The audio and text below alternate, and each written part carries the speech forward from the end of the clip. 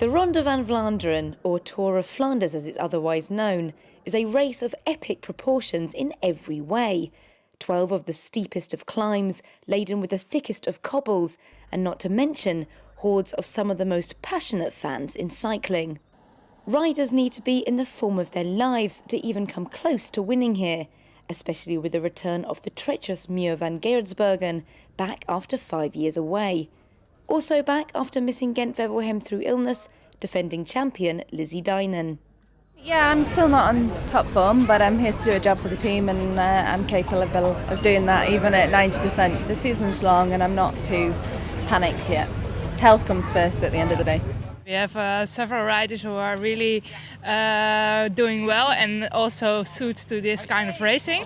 So the course is heavy, it's going to be a tough race, and that will be in our advantage. So for sure we want an aggressive race and want to come tired into the final. Yeah, it's really special. It's even more important than the World Championships for me. So it's like a holy day, and I hope to show myself for a home crowd, and I hope for good legs today. Of course, I would have loved to win last week, but still, Gent-Wevelgem is not like Tour of Flanders. This is like maybe a step higher, so I don't think there will be a bunch sprint today.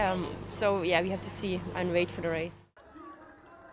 The riders set off from under the shadows of the St. Walburga Church in Oudenaarde.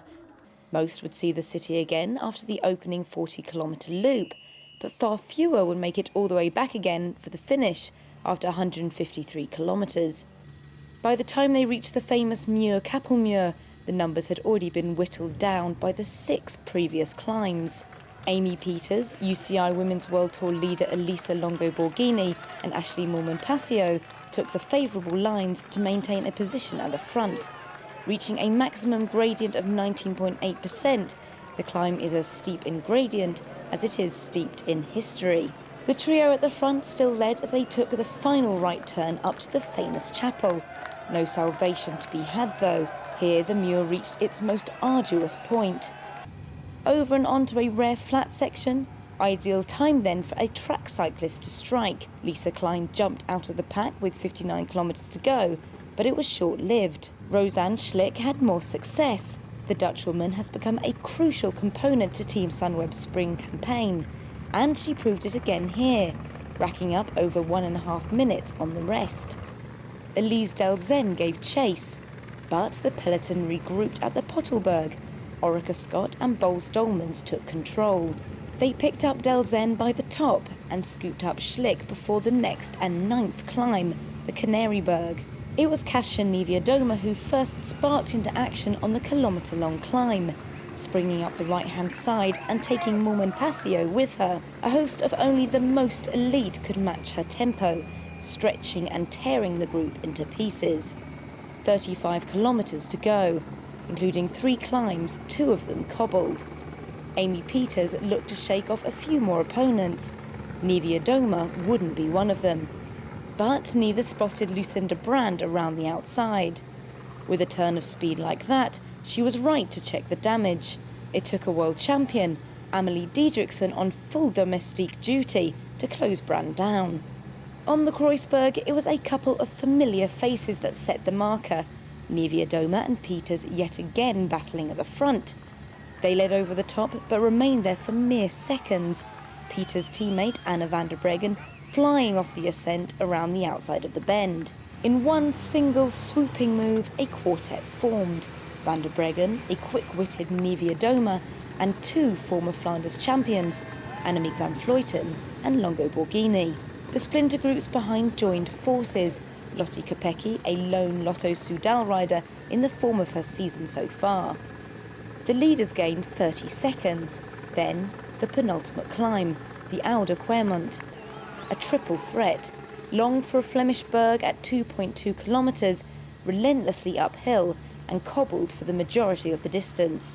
The quartet soon had company. Moolman-Pasio darted from the chasing pack.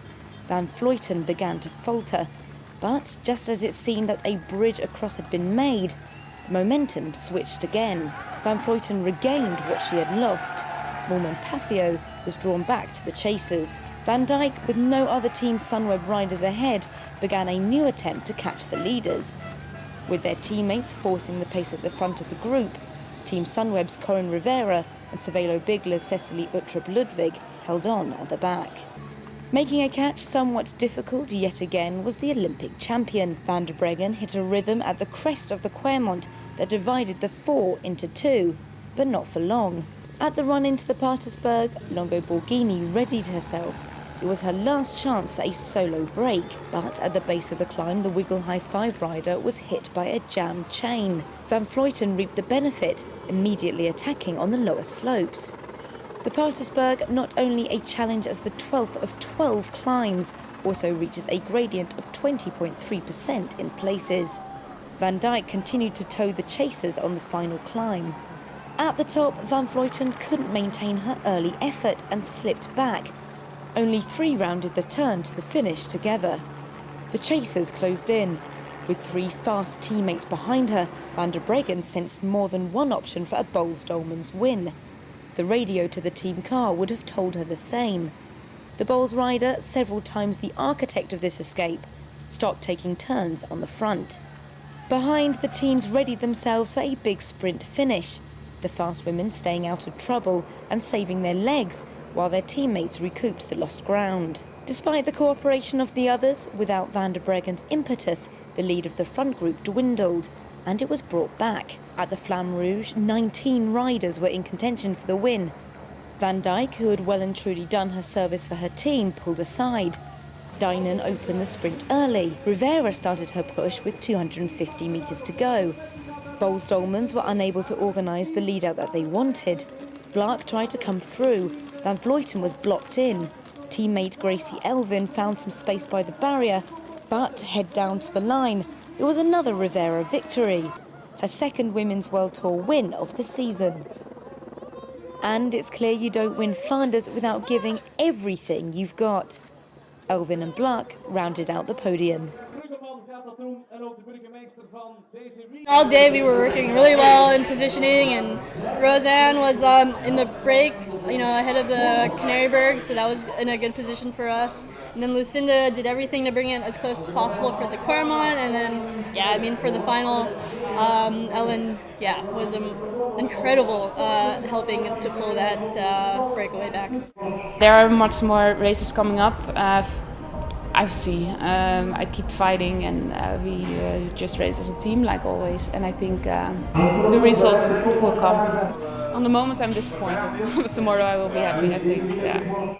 My best place before was not even in the front group in previous editions. So to come here and be in the mix to try and go for the win is amazing for me, and it goes to show all the hard work that I've put in this season, and also how great the team was today. Like, I didn't have to do much at all before the finish, and everyone had a role to play, and they did it great today, especially Annemiek right in the end in that front group, and she could have won the race today as well. So I tried to make all the right decisions to try and win when we caught them, and I was only 1 place off, so I have to be happy. With her win, Rivera also takes the UCI Women's World Tour leaders jersey, while Ludwig extends her lead in the youth standings after finishing in 12th. Confirmation then of the top 10, with former Flanders champions Van Vleuten and Longo Borghini finishing in 4th and 10th respectively. And in the UCI Women's World Tour rankings, Longo Borghini slips down 3 places, while Elena Cecchini remains 2nd. And in the youth standings, Kopecky moves into 2nd after claiming 5th on home soil.